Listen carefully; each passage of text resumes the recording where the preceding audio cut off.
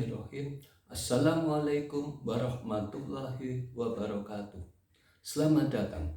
Salam jumpa kembali di channel Indonesia Sejahterawis.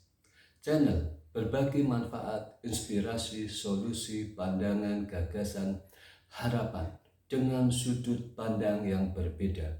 Kembali bersama Wahyu Habsarawi Bowo di sini. Salam kemajuan, salam kemapanan, salam kebangkitan. Baru saja berlalu gegap gempita kemerdekaan Republik Indonesia. 80 tahun yang lalu, sudah 8 dekade berjalan terjadi proses historis bersejarah yang sangat monumental, fenomenal, yaitu kemerdekaan negara Republik Indonesia Raya.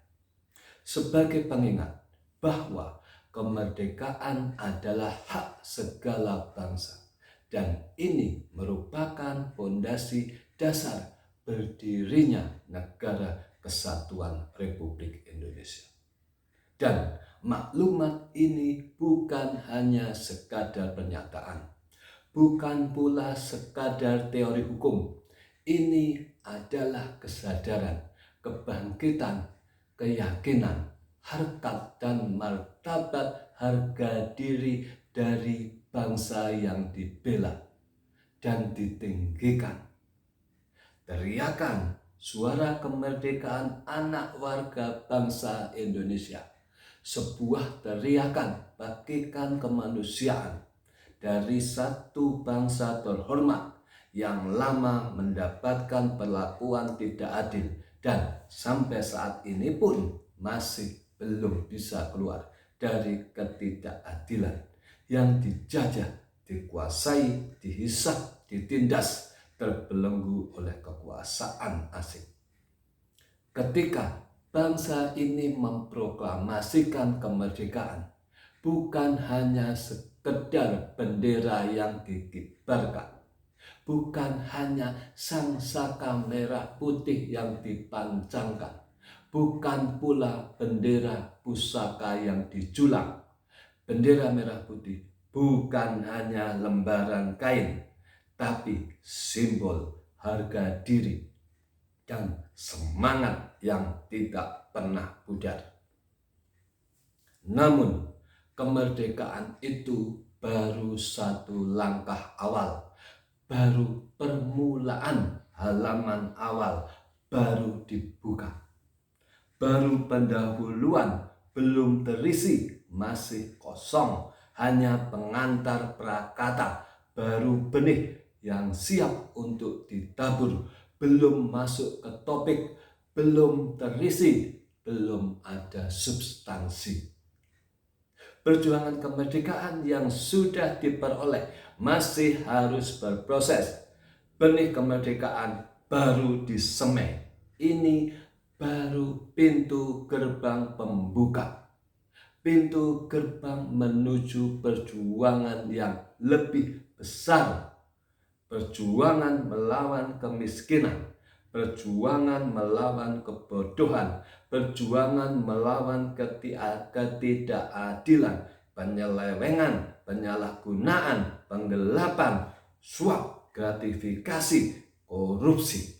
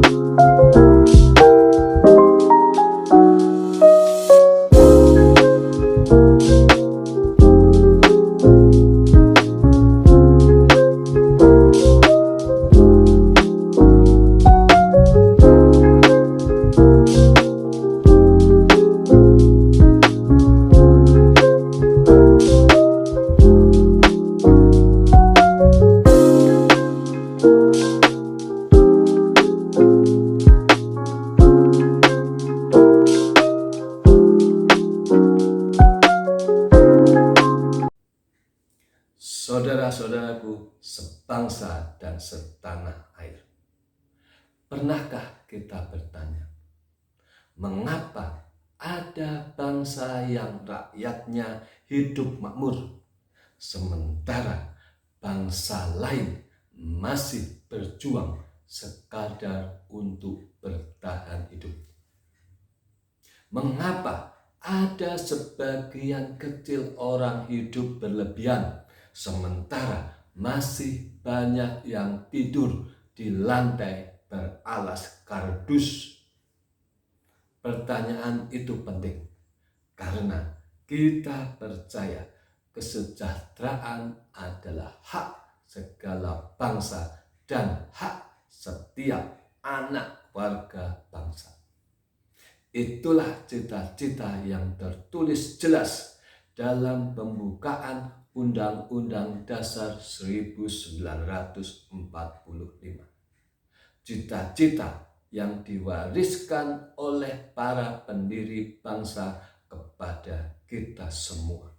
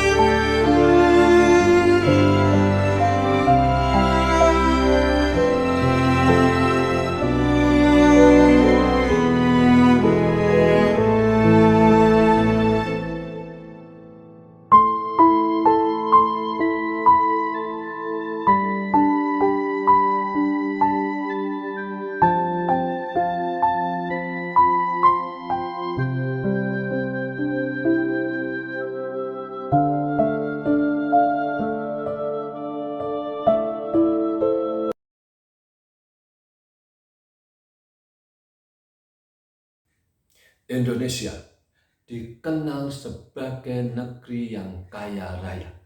Dari Sabang sampai Merauke, dari Miangas sampai Rote, terbentang sumber daya alam yang seakan tiada habisnya.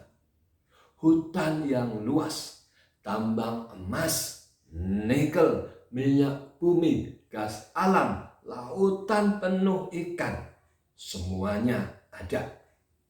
Namun, pertanyaan besar muncul. Mengapa kekayaan alam yang melimpah ini tidak selalu sejalan dengan kesejahteraan rakyatnya?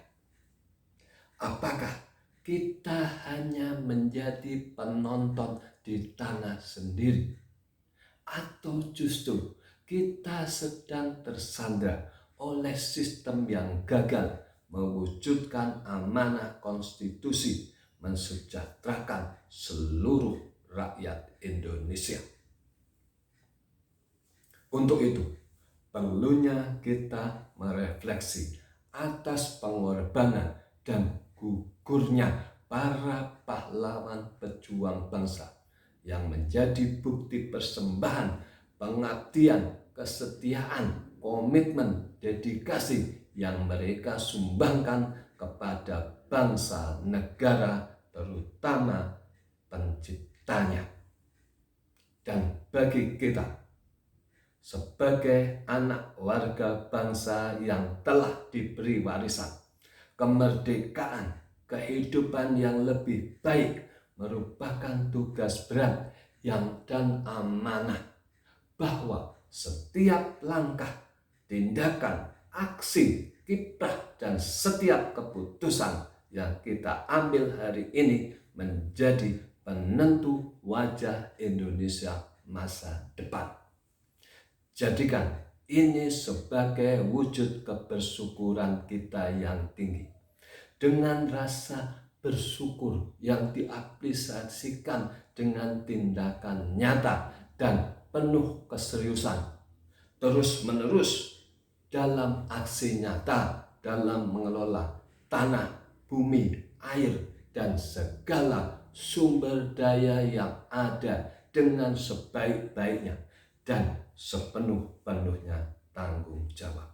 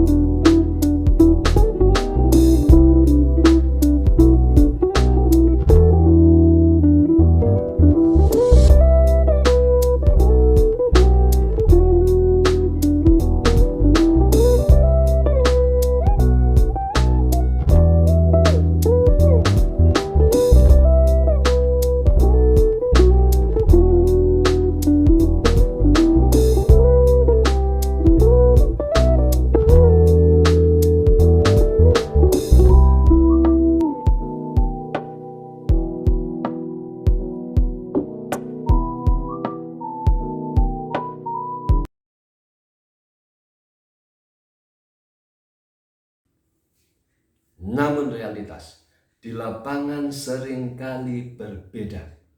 Masyarakat sekitar tambang hidup dalam kesulitan. Petani yang menjaga lahan justru sering tergusur demi investasi. Anak-anak bangsa masih banyak yang putus sekolah. Padahal di sekeliling mereka mengalir keuntungan miliaran dari sumber daya alam. Inilah paradoks. Kekayaan melimpah, tetapi kesejahteraan masih jauh dari merata. Mengapa? Karena orientasi pengelolaan sumber daya alam lebih sering berfokus pada ekspor mentah, keuntungan jangka pendek, dan kepentingan investor asing daripada kesejahteraan rakyat. Siapa yang menikmati? Bahwa kaya sumber daya alam tidak otomatis sejahtera.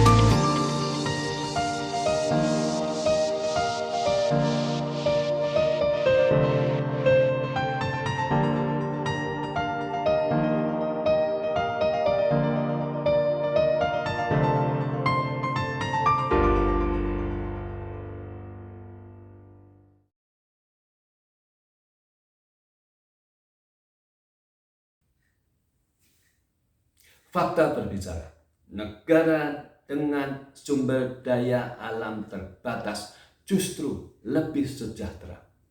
Negara-negara lain yang tidak sekaya kita, bahkan minim sumber daya alam, seperti Singapura, Korea Selatan, atau Jepang, mampu menghadirkan kesejahteraan tinggi bagi rakyatnya.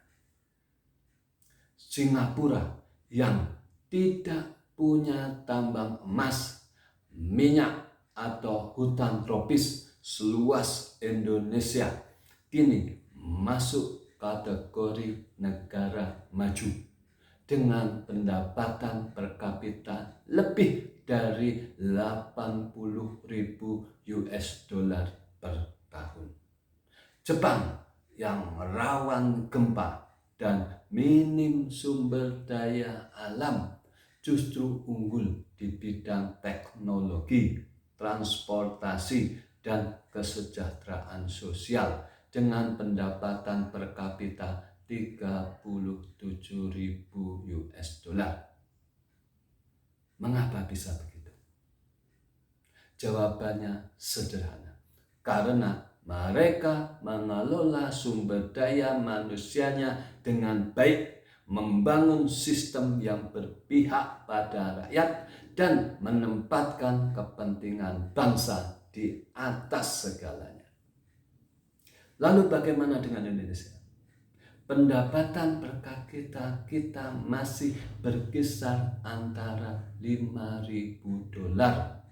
Angka kemiskinan masih belasan juta jiwa.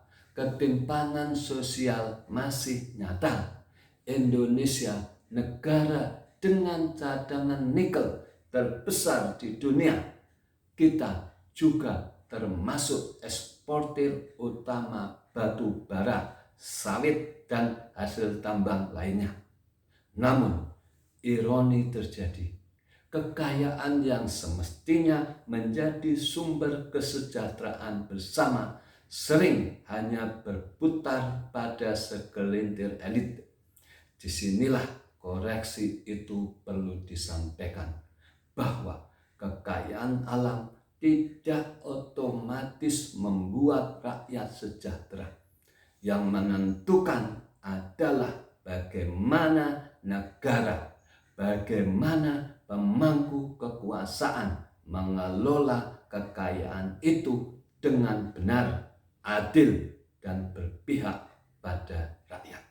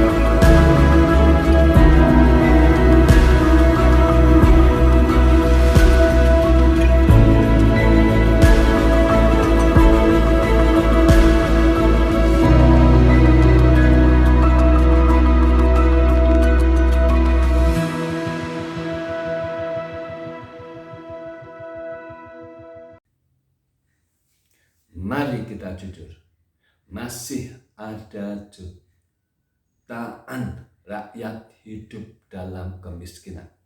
Masih ada desa tertinggal, masih ada ketimpangan yang nyata.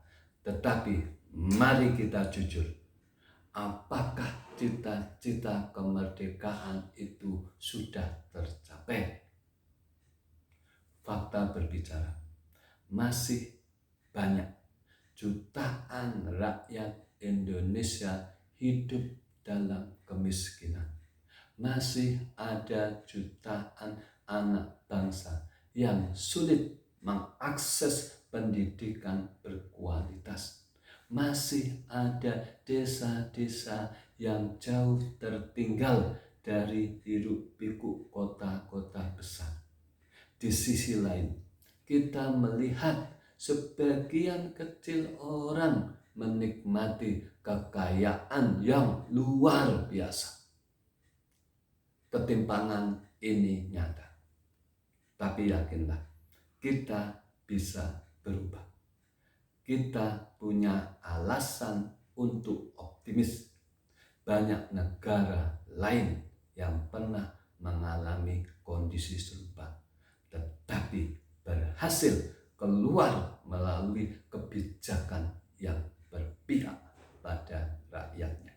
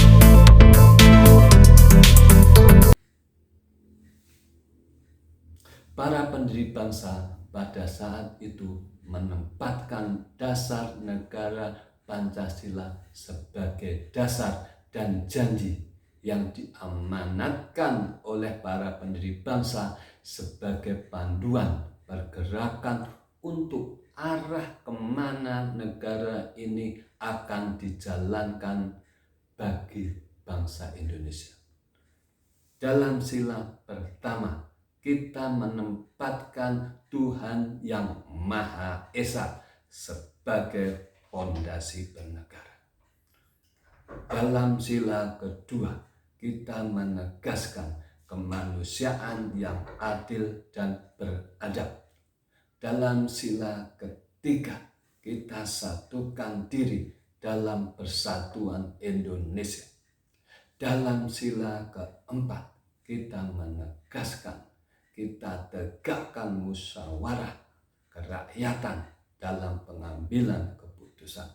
Dan dalam sila kelima, kita wujudkan keadilan sosial bagi seluruh rakyat Indonesia. Lihatlah, dari awal, kesejahteraan bukan tujuan akhir, melainkan konsekuensi logis dari sebuah bangsa yang hidup berketuhanan, berperi kemanusiaan, bersatu dan bermusyawarah.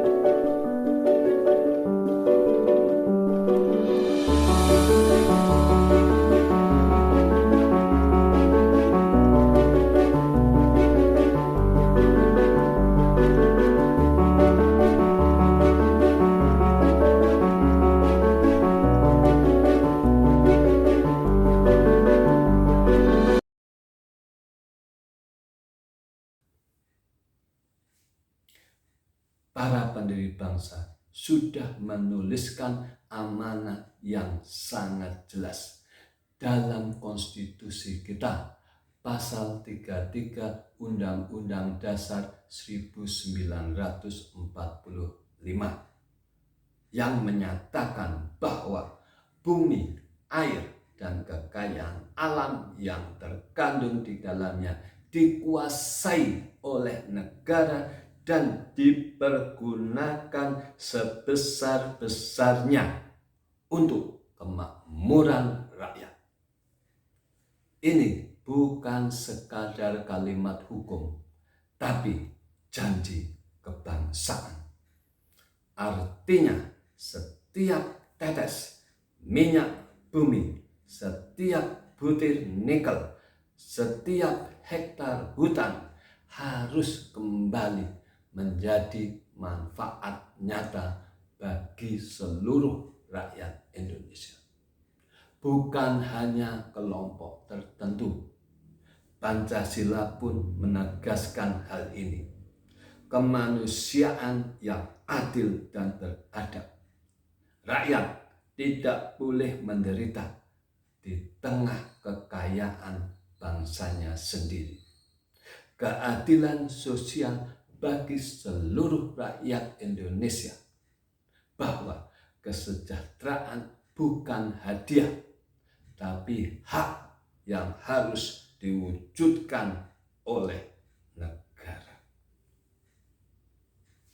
Sesuai pasal Undang-Undang Dasar 1945, pada era global ini, bangsa Indonesia harus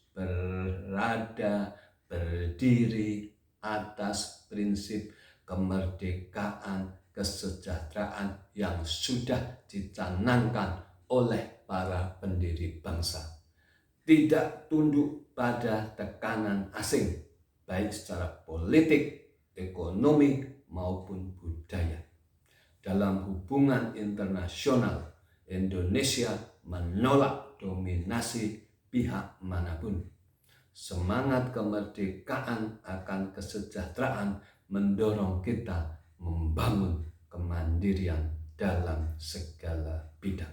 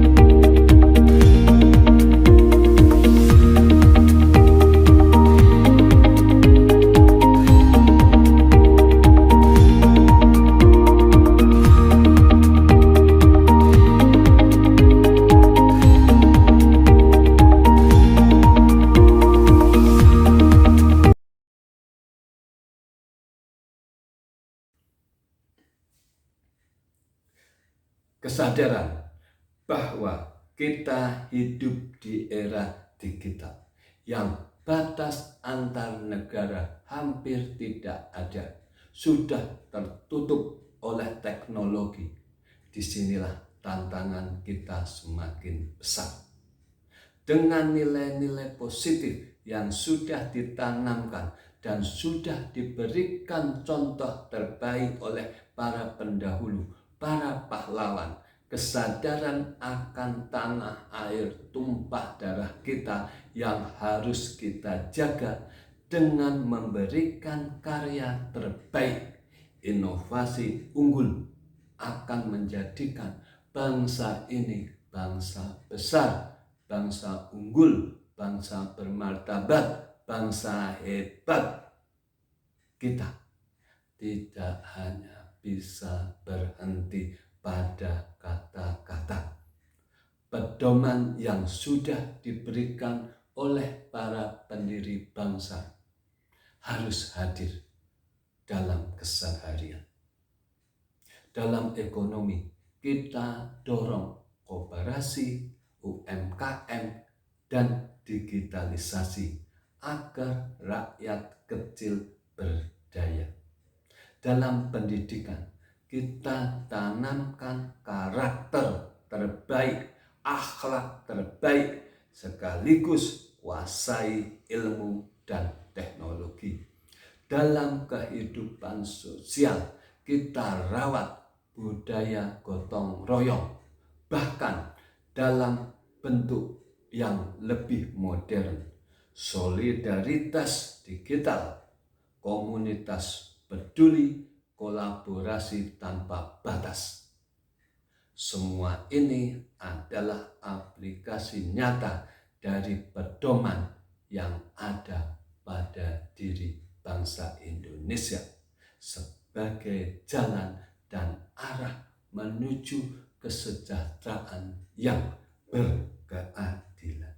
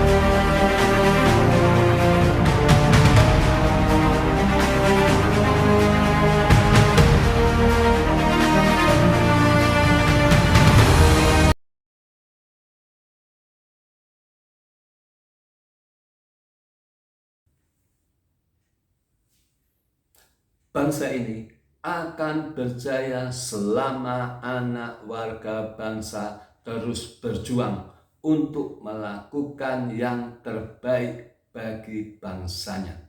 Mari kita mulai tumbuhkan jiwa-jiwa terbaik sebagai anak warga bangsa dengan memberikan manfaat. Bersatu di titik inilah kita perlu menyerukan seruan moral.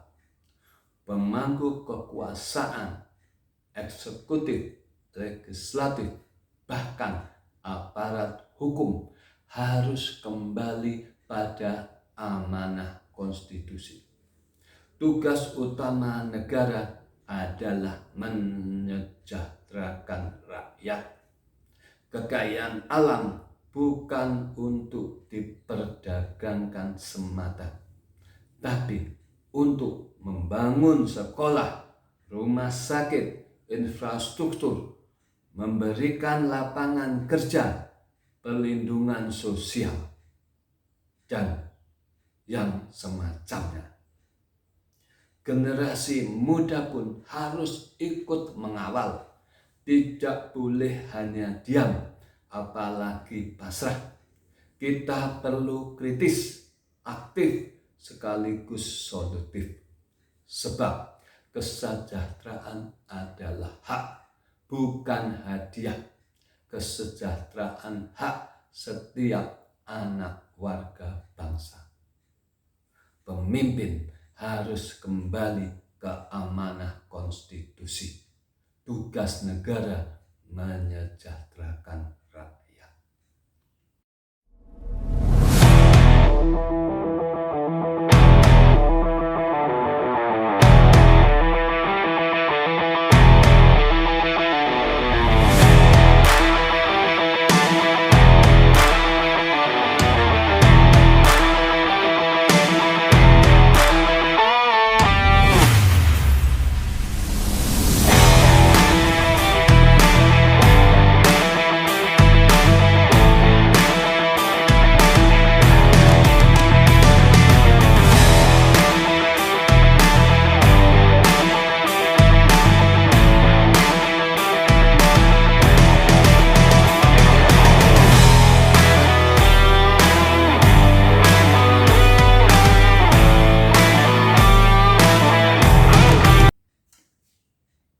Indonesia punya semua modal untuk menjadi bangsa besar.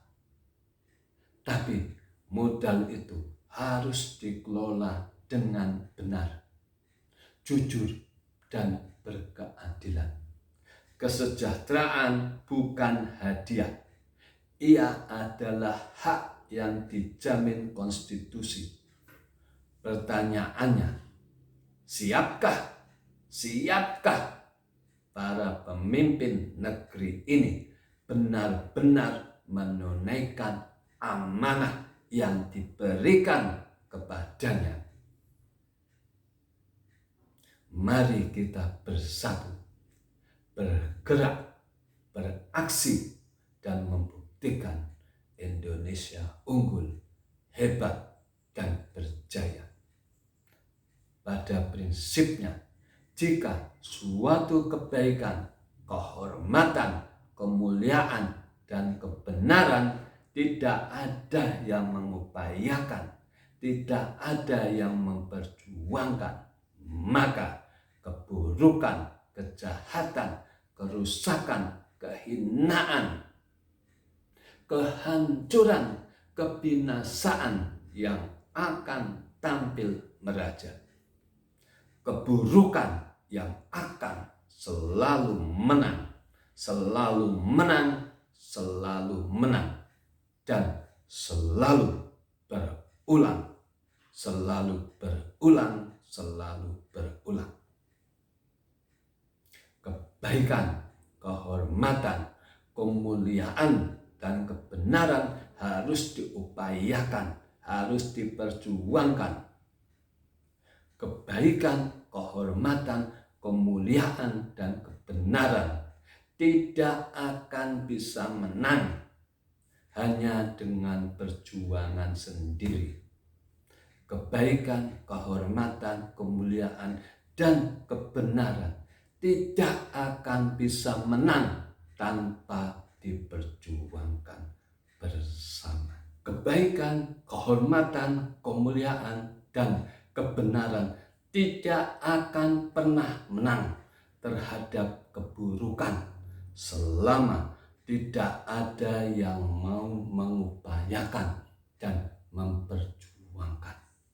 Merubah keburukan menjadi kebaikan dan kebenaran memang tidak mudah, tetapi hidup akan menjadi lebih tidak mudah tanpa adanya perubahan. Berbahagialah menjadi bagian dari berubah kebaikan dan kebenaran. Berubah keburukan menjadi kebaikan dan kebenaran.